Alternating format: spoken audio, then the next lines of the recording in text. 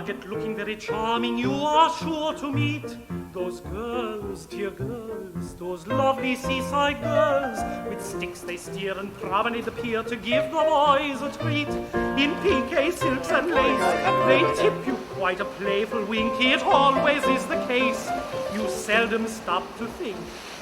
You fall in love, of course, upon the spot, but not with one girl, always with the lot.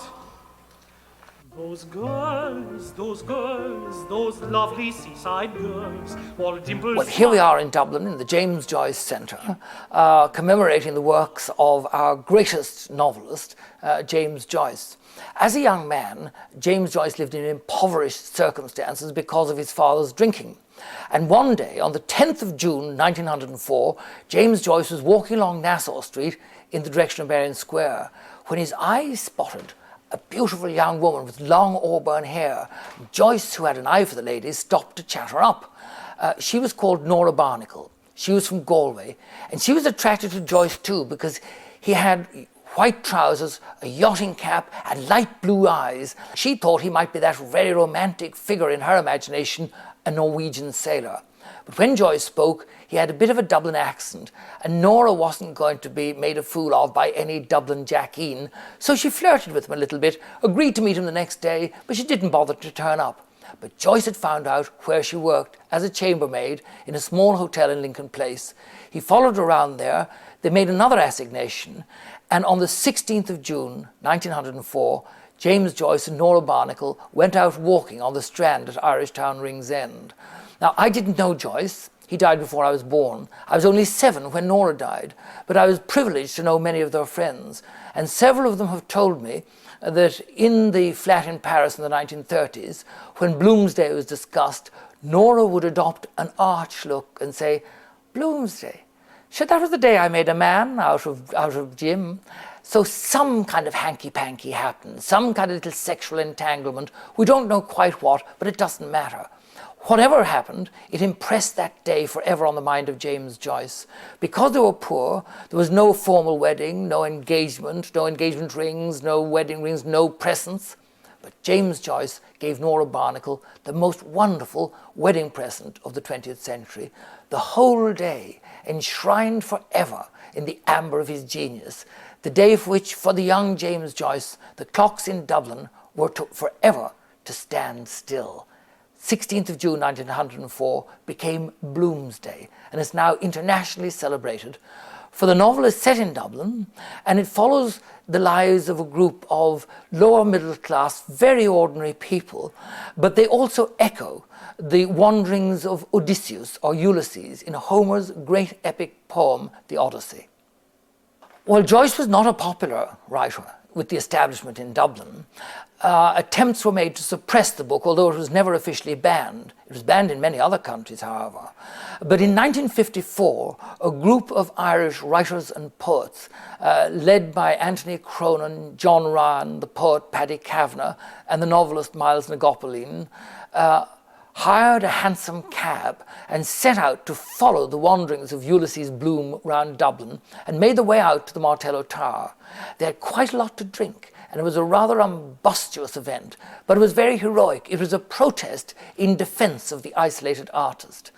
Then in the 1960s, when I was a young man, I thought there'd be something magical about dressing up a little bit, and I concocted this kind of uniform of a blazer, a jazzy tie, a straw boater, a silver-topped cane and white trousers, and I thought there'd be something special about performing pieces from the different episodes in the locations where they took place.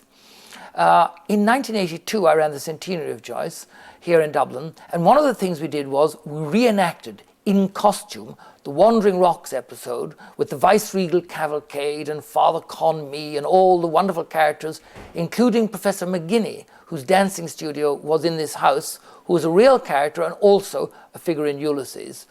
Now, that meant that between the hours of 3 and 4, there were people in costume all over Dublin, and we had 1 million inhabitants of Dublin as our extras as we wandered through them. And films and videos were made of that, and it appeared on television news broadcasts all over the world.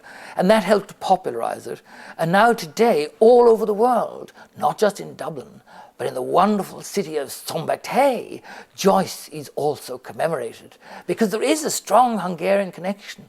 Not only did Joyce live in the Austro-Hungarian Empire and compose parts of Ulysses there, but Leopold Bloom's father, Rudolf Virag, came from the town of Szombathelyen. And so it's so important that we recognize this connection between Hungary and Ireland, which is also politically mentioned in Ulysses because of the dual monarchy idea that Arthur Griffith adopted from Hungarian politics.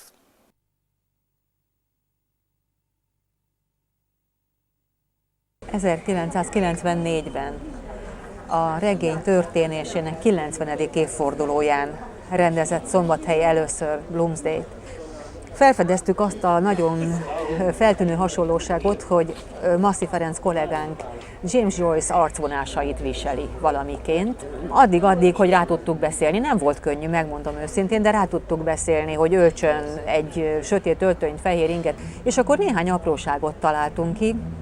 Mindenki hozta a maga ötletét, és végül is egy teherautóra felpakoltunk néhány rekvizitumot, egy borbészéket, egy nagy tükröt, és természetesen valami hangtechnikát. Volt, aki előre készült például egy nagy festménnyel, aminek többszörösen burkolt rétegei voltak.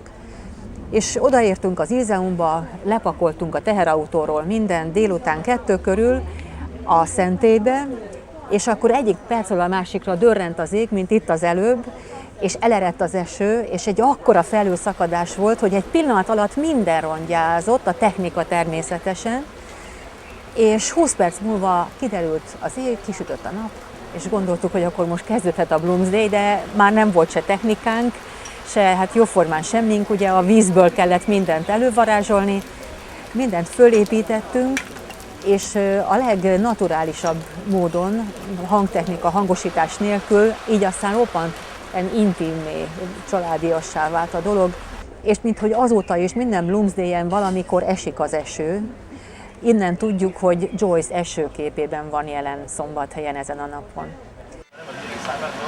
Mindenkit köszöntök, aki a 2007-es év szombathelyi Bloomsdayen ma ide eljött hozzánk. Sokan emlékszünk, remélem arra, hogy tavaly a virágozzék minden virág volt a Bloomsday jelmondata. We'd like to welcome everybody who has come here to celebrate the Bloomsday of 2007. And if you remember, the motto for last year's Bloomsday was, "Let all flowers bloom."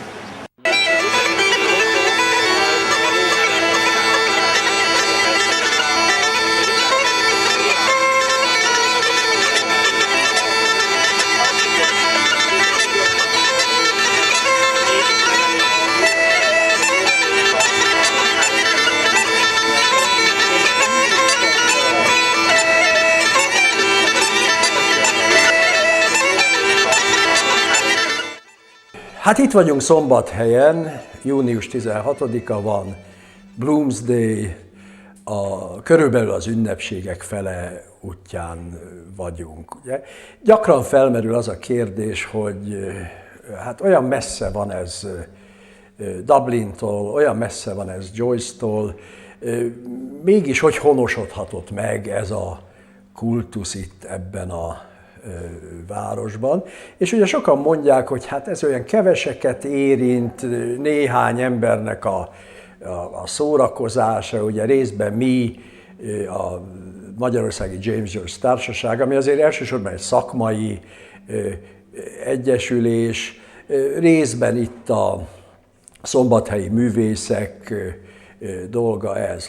A mai Bloomsdayen egy nagyon érdekes kis pillanat győzött meg arról, hogy igenis ez a kultusz, ez a játék, ez beleivódott a város életében. Az imént mentem el a főtéren a Joyce szobor előtt, és a Joyce szoborral szemben ott van egy pad. És ezen a padon 3, hát meglehetősen illuminált helyi hajléktalan üldögélt, és ahogy mentem el, ezek nagyon vidáman, egy kicsit egymást is cukkolva viccelődtek, de ahogy hallgattam őket, kiderül, hogy Joyce-szal viccelődnek, a szoborral dialogizálnak. Azt hiszem, ez volt az a pillanat, amikor azt kell mondanunk, hogy a Joyce most már végérvényesen Szombathelyé, és nem csak azoké, akik netalán olvasták Joyce-ot, hiszen nagyon kevesen vannak ilyenek a világban. Még annyit, hogy természetesen Magyarországnak és a magyar olvasóknak különleges viszonya van Joycehoz, hiszen a regény két főhőse közül az egyiknek, Leopold Bloomnak, Joyce egy Magyarországról elszármazó apát szerkesztett, vagy talált ki, és az ő fia volt Leopold Bloom, akiről a regény napját elnevezték. Azt is tudjuk, hogy ki nevezte el, ugye az a Sylvia Beach nevezetű amerikai hölgy, akinek Párizsban volt könyvesboltja a 20-as években, és miután senki más nem volt hajlandó kiadni az Ulysses-t, ő a könyvesboltból kiadta, és aztán ugyan 10 évvel később ő találta ki, hogy nem csak Monday, Tuesday, Thursday, stb. Van a naptárban, hanem van a naptárban egy 8. nap, a Bloomsday, és ez mindig június 16-a, amikor a regény játszódik. A Joyce-szal foglalkozó emberek alapközhelye, hogy a legjobban ismert és a legkevésbé olvasott regényről van szó. Az elmúlt 70-80 év során az 1922-ben megjelent Ulysses valamiképp egy ilyen modern Biblia lett, a modern irodalmiságnak, egyáltalán a modernizmusnak, mint magatartásnak és tartalomnak a szentírása, és ezt a szentírást nagyon sokan úgy olvassák, ebben a szentírással nagyon sokan úgy bánnak, ahogy egy szentírással kell, tehát állandóan újraolvassák, értelmezik, fölébe hajolnak csoportosan, és amikor a regény játszódási napja elkövetkezik, ugye a június 16-a, akkor ünneplik a regényt, elcelebrálják tulajdonképpen azt, amiről a regény szól.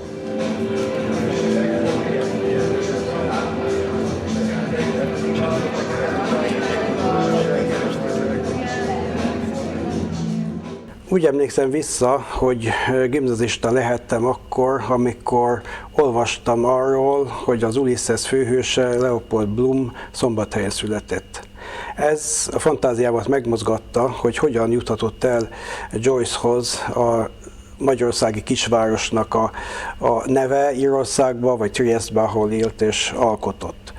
Múltak az évtizedek, és amikor a Magyar Nemzeti Múzeum könyvtárba kerültem, akkor egy triesti folyóiratot szereztünk be, több kötetét, és az egyik kötetben a legnagyobb meglepetésemre egy Marino de Szombathely nevű férfiúval találkoztam, a nekrológiát közölték, rövid életrajzát, fényképét, és hát abban a pillanatban eszembe jutott, hogy ő Triestben élt, az életrajzból kiderült, hogy ugyanakkor, amikor Joyce, és a nevet innen ismerhette meg. Marino de Szombathely akkor kezdte fordítani az Odysseiát, ugye az Odysseusnak a latin megfelelője az Ulysses, olaszra. Tehát ez lehetett az apropója annak, hogy Joyce ezt a nevet választotta, ennek a figurának, ennek az élő személynek a nevét választotta. Ugye Leopold Bloom angolosított név, az eredeti neve az Virág volt. Virág Lipót volt, és az ő rokonai pedig Székesfehérváron éltek, egy másik magyar városban, aminek a neve egy külföldi számára kimondhatatlan szinte. Tehát itt is valami okot kellett találni, hogy honnan vette Joyce ezt a különleges nevet. és hát fényképész volt a rokon, akiről írja Joyce is, hogy Leopold Bloom a fiókjából elővette a fényképet, ami az ő műtermébe készült Székesfehérváron. Hát fantasztikusan érdekes lenne megtudni, hogy mi volt azon a fényképen, ami Joyce figyelmét fokozta, egyetem megnézte a hátlapját, és ezt a szokatlan nevet megjegyezte, és felhasználta a Leopold Bloom rokonságának, a származásának az összeállításánál.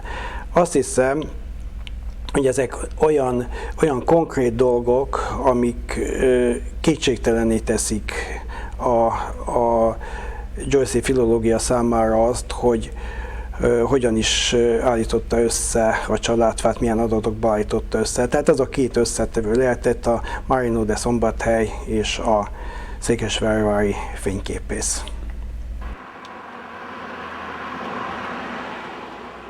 Éppen Bloom Sándor sírjánál vagyunk. A Bloom család az 1800-as évek közepe óta él Szombathelyen, pontosabban élt Szombathelyen, hiszen ma már a családból senki sincs az élők sorában. Szombathelyen a zsidók az 1800-as évek közepén telepedhettek le, és az első Szombathelyre betelepülők között volt a Bloom család, akik között annak a háznak a bérlője is ott volt, amely most a úgynevezett Joyce ház alatt Joyce szobor áll a főtéren. Nekem igazából nagy élmény, vagy amikor áttörést jelentett a Joyce kutatásban, vagy Bloom kutatásban, az tényleg a Gabriel de Szombathelyen történő találkozás volt. Marino de Szombathely a szenvedélyesen érdeklődött az Ulysses iránt. És volt olyan időszak, amikor éppen amikor Joyce-t és a Ulysses foglalkoztatta, vagy az a történet foglalkoztatta, és a Marino de Szombathelyt is ez a történet foglalkoztatta. Tulajdonképpen ez egy történetnek a kétfajta feldolgozás, vagy kétfajta értelmezése. Így Joyce az egy napba és egy kis embernek a történetébe sűrítette bele, Marino de Szombathely pedig az egészet próbálta tehát értelmezni. Nyelvi értelemben értelmezni, meg földrajzilag elhelyezni, hogy hol voltak a történetnek a helyszínei. És itt talán kapcsolódott ezt a Gabriel de Szombathelytől is tudom, az ő családjuknak az odüsszeája is, hogy így mondjam, amikor innen-onnan oda költöztek.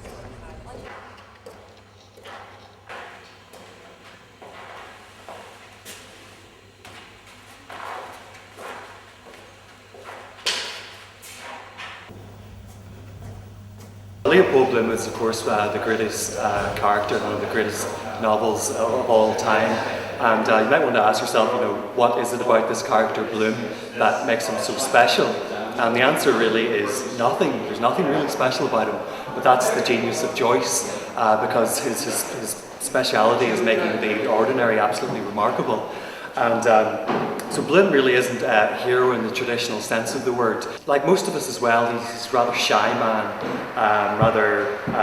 He blushes like a girl quite often, Joyce says. And he's sometimes sad, sometimes bumbling, and quite often clumsy and kind of cack-handed.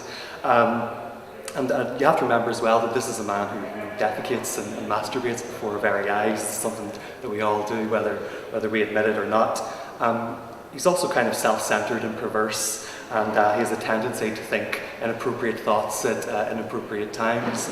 But all of us do that. For instance, at his friend Paddy Dignam's funeral, he starts thinking about very gruesome, inappropriate thoughts about bodily decomposition. But we're all like that. And I suppose the point is that Bloom isn't a hero that we would look up to. He's much, much more than that. He's a hero that we can relate to. There are a couple of reasons for that relating to the historical period. You have to bear in mind that Ulysses was primarily written during the years of the First World War, and this is the time whenever, it didn't matter how brave or heroic you were in battle, if a shell came over the top of the trenches and your name was on it, your time was up. So traditional conceptions of heroism were being eroded away. Secondly, there's what's come to be called the crisis of modernism, and this came about primarily because of four major thinkers. Charles Darwin, who showed that man is not very much more than a kind of shaved, clever monkey.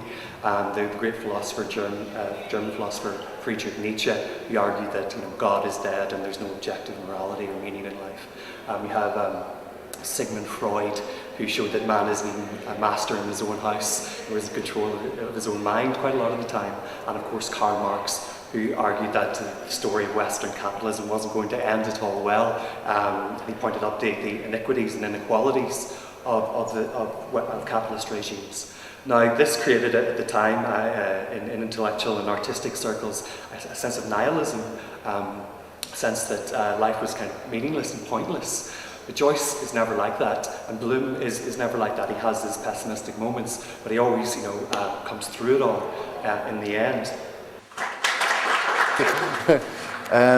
What Bloom means for me is Bloom, although Bloom was a Jewish man, and I know in the time 904 the Jewish people had much wealth in Dublin anyhow, and many of the poor people always had to go to they mostly ran the pawnbrokers, and more times than not, our Dublin people, working class people, would have to go to the pawnbrokers and pawn their coat or pawn his shoes or something so they could live. So as Bloom as a Jewish man has connections with middle class with Dublin. But if you're asking me personally as a Dubliner, I think I come from a working class, maybe a middle class background.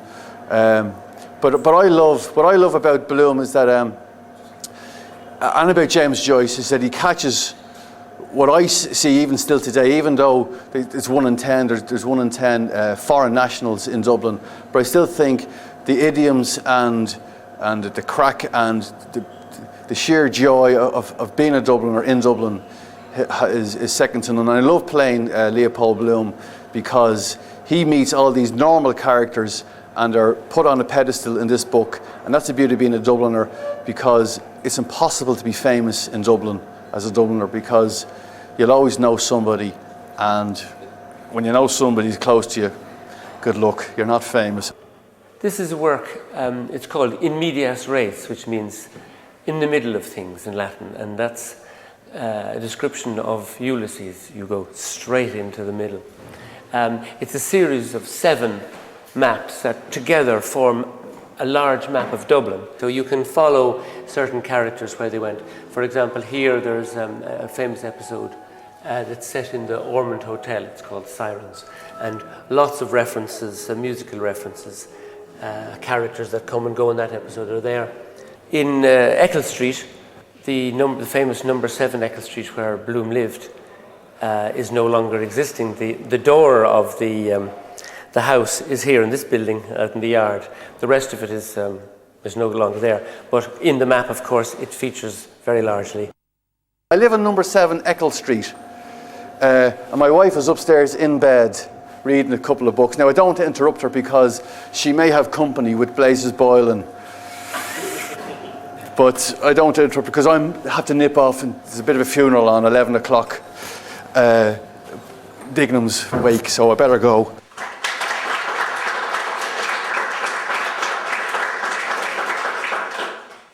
The name itself, Bloom, suggests a kind of flowering, if you think of bloom. And so bloom is a kind of blooming or flowering of human potential.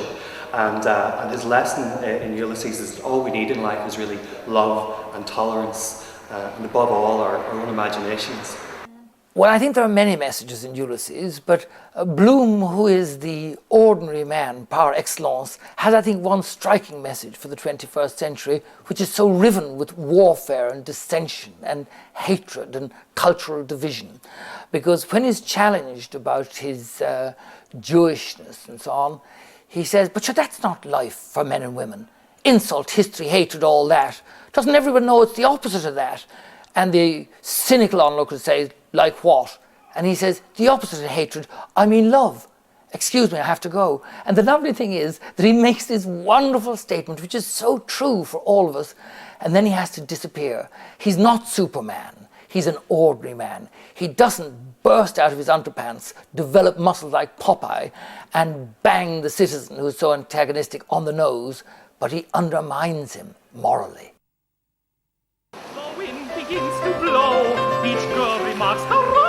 say it's lovely, don't you know? And then they sneak away. And as the yacht keeps rolling with the tide, you'll notice hanging o'er the vessel's side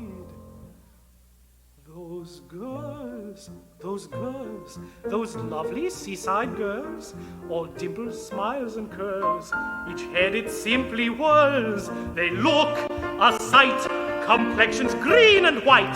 Their hats fly off and at your feet falls golden hair from Regent Street. Rouge and puffs slip down the cuffs of pretty little seaside girls.